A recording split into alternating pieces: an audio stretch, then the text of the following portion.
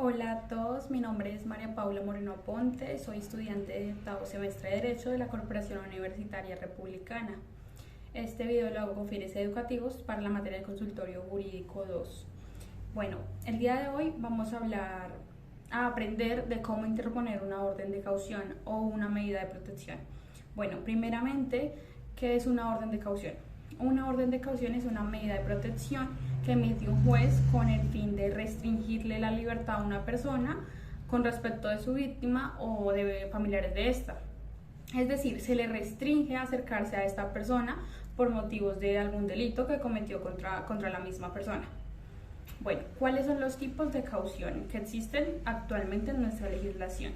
Primeramente, de emergencia. De emergencia es cuando se solicita para que sea otorgada de manera inmediata y sin que el victimario se encuentre presente ante el juez. Y esta se realice más que todo para que el agresor sea retirado de la casa o de residencia en la que convive con la víctima. Esta dura hasta que la víctima pueda tener una audiencia para que le agreguen la orden final de caución. La segunda es la provisional.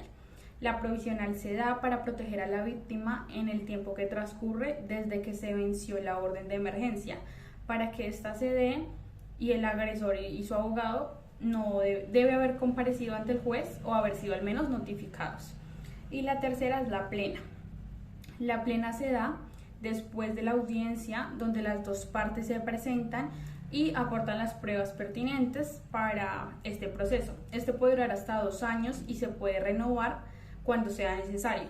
Como garantía, se entrega con el fin de asegurar que se cumplirá con la obligación pactada, ya sea efectiva o que la efectiva se entrega un monto en efectivo o se realiza un depósito que está disponible, que es cuando no se cumplan sin ninguna condición.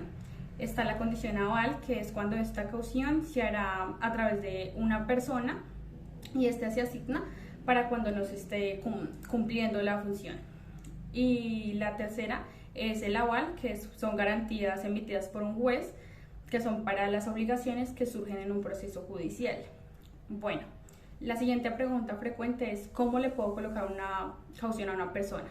Hay varios requisitos. El primero es que se presente la denuncia de la comisión del delito. La segunda es que se pueda hacer ante la fiscalía o el cuadrante de policía más cercano. La tercera es la caución, que la caución se le solicite a un juez. La cuarta es que se debe presentar pruebas suficientes por parte de la víctima para que el juez diga que sí existen indicios claros del delito o no. Y la última es que el juez valore a la víctima y si se encuentra en una situación de peligro en una audiencia, el juez ordene la caución y esta deberá ser escrita o de inmediato cumplimiento. Bueno, ¿se puede colocar una caución policial por amenazas? Sí. Si se puede, deberá presentar una denuncia ante la fiscalía o ante el cuadrante de policía más cercano si es considerada que existe un peligro inminente. Se ordenará tal vez una caución como medida de protección en ese caso. Otra pregunta muy frecuente es cuáles son los casos que se puede solicitar una medida de alejamiento. Puede ser solicitado cuando se haya sufrido una violencia y se puede acreditar que existe un riesgo o peligro para la persona. Son delitos como el homicidio, la tortura, el maltrato, abuso sexual, lesiones, acoso, amenaza. Esos son los delitos más comunes, etc.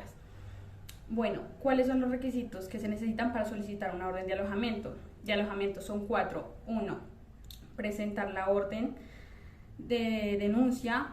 2. Presentar las pruebas. 3. Que el juez emita la orden de alejamiento. 4. La orden solamente puede ser ordenada por el juez que lleva el caso. Bueno, otra pregunta frecuente es: ¿cómo puedo retirar una denuncia de alejamiento en Colombia? No se puede, pues se supone que la víctima solicita una orden de alejamiento si se siente en riesgo. Entonces esto quiere decir que si hay indicios claros de que la conducta se puede repetir y por lo tanto se puede retirar la denuncia. Pero eso ya depende de cada caso, de cada juez, de las pruebas y si se decreta o si se ve necesario. Bueno, ¿qué conlleva una orden de alojamiento? 3 cosas. 1. Que el victimario no pueda residir en el lugar donde residieron los hechos o donde se encuentre la residencia de las víctimas o familiares. 2.